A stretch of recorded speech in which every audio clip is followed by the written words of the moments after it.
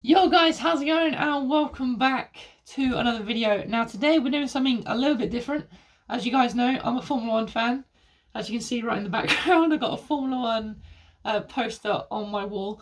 But today we're going to be talking about the Bahrain 2021 Grand Prix. And what a way to start the season. Max Verstappen and Lewis Hamilton. If you guys don't know, I am a Lewis Hamilton fan. Obviously, I'm British. I've followed Lewis probably... Well, I started watching Formula 1 in 2008 and I've been a big fan of Lewis for a very long time. So yeah, call me fanboy, I don't care. But yeah, what a race. I mean, this is exactly what I think all the fans wanted, and I think that's what we got. Obviously, if you haven't seen the race yet, go and watch it, because honestly, even if you're not a Formula 1 fan, I think you would enjoy it. It was the most intense opening race I think we've ever seen in the history of Formula 1. So yeah, I've got a massive smile on my face. But there is one thing that I just want to clear off my chest, because FIA, please, can you make the rules clear? They either can go off the circuit and gain an advantage, or they can't. What's the point of changing it between sessions? Because you're just going to confuse the fans, you're going to cause controversy, which they did yesterday, obviously, when Verstappen went around the outside of Lewis at turn 4. Obviously, Verstappen had to give the place back. And even after the race, they were talking about, well, why didn't they just let Verstappen go and then pull out a 5-second gap? But then I heard Paul di Resta on Sky Sports F1 saying about how apparently you are supposed to give the place back. So that was all confusing, but it's just the inconsistency. And this isn't the first time we've seen this either.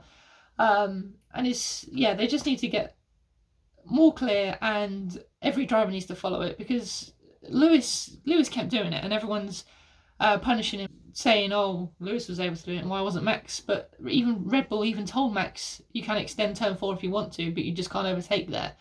It's just a mess. But aside that, like I said, just absolutely brilliant. Mercedes and Red Bull, I think, are definitely on pace. Literally similar, very similar pace. And I think this is what we've been waiting for a long time. Obviously, it was a shame that Perez wasn't up there. He literally didn't even start the race. So it was a good job that he was able to show what he could do in that Red Bull P5 in the end. And just a shout out to Lando Norris as well. What a great drive from him. Had some awesome battles and just kept cool. And finished quite ahead of Perez and the rest of the field. So yeah, he was best of the rest. And yeah, brilliant job from Lando. Now we're briefly going to talk about the sort of the midfield, because it was quite entertaining. It has to be said, especially turn 1 and turn 4. There was lots of battles going on, especially between Vettel, Alonso, and I can't remember who the other driver was now, but absolutely brilliant. And it was great to see Tsunoda as well diving up the inside of Alonso. And I tell you what, as well, the Alfa Romeos, they looked pretty pacey. It has to be said. I think that was the biggest shock throughout the weekend, because I was looking at it and I was like, Raikkonen and Giovinazzi are like just off the edge of points here, and I think they finished 11th and 12th. So yeah, brilliant stuff from them. But it has to be said, it was just an action-packed race, and I think I've seen all over social media and stuff, Instagram and stuff.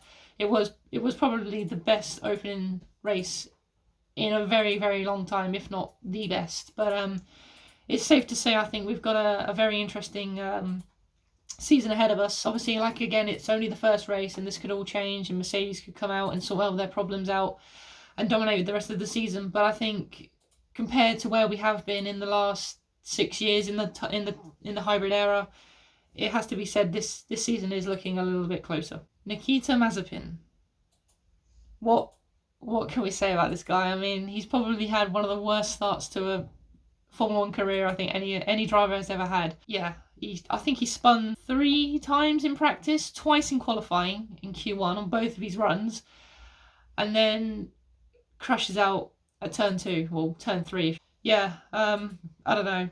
He's going to have to probably have one of the biggest comebacks, I think, in F1's history in order to prove that he's worthy. But yeah, I've seen all over social media people call him Mazespin, which I think is brilliant. But yeah, not a great start for him. And Alonso, man, that guy does not get a break. It was deja vu all over again. Literally, lap 35, I think it was, lap 33, something like that. retires. He had such a good race as well. He literally didn't do anything wrong the whole race, and poor guy, poor guy. And same too with Gasly as well. Obviously losing his front wing at the start of the about lap 7, I think it was. Literally the most smallest of contact, and loses the front wing on Daniel Ricciardo's tyre, which yeah, sucks. Yeah, that AlphaTauri does also look very quick. The midfield this year is just insane, and Ferrari too. They did exceptionally well. Leclerc to get 4th in qualifying, super job from him. But yeah, that midfield I think is going to be very, very hard to predict, because at times McLaren looked the best car, then the Ferrari looked the best car, then AlphaTauri looked the best car. It's just insane. And also, just to touch on Sebastian Vettel's weekend, that could have gone a bit better. I think we'll let him off in qualifying, because like I said, he did have a lot of problems with the yellow flags and stuff, but again in the race he just sort of didn't really do much. He sort of he made up positions, but he didn't really. It wasn't the Sebastian Vettel that we've seen in Red Bull days, in the early Ferrari days. Yeah, he was just sort of there, and then obviously that collision with Ocon, and he blamed it on Ocon. I know after the race he did apologise, but yeah, that was the heat of the moment, I think, because Ocon definitely didn't change lines. He was going purely straight. Vettel went back into Ocon's line and then just went steaming into the back of him. So, but yeah, bit clumsy and a bit amateur again from Sebastian. But again, hopefully this is just a warm up for 7. Hopefully he can bounce back for the rest of the season. Because I think Sebastian is a great driver, and he is a really lovable guy. I used to hate him back when he was dominating. But again, that happens in Formula 1. People probably hate Michael Schumacher dominating. People are hating Hamilton dominating. So, but yeah, no, he's a lovable guy, and hopefully he will be able to come back strong for the rest of the season. But to wrap it all up, guys, that's been my review of the Bahrain Grand Prix.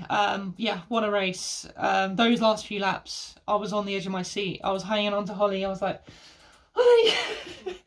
But yeah, no, absolutely brilliant. It was a really good race, and I hope we see this throughout the season, because although I do love Hamilton dominating, I do love that now he's the 7-time world champion. He could break the record for the most amount of for the most amount of titles. Sorry, it's just insane, and it was really good to see. But yeah, we want to see more close fighting and an actual fight for the championship, like we saw with Rosberg and Hamilton back in 2014, 2015, 2016. So yeah, that's what we want to see, and hopefully we get that for the rest of the season.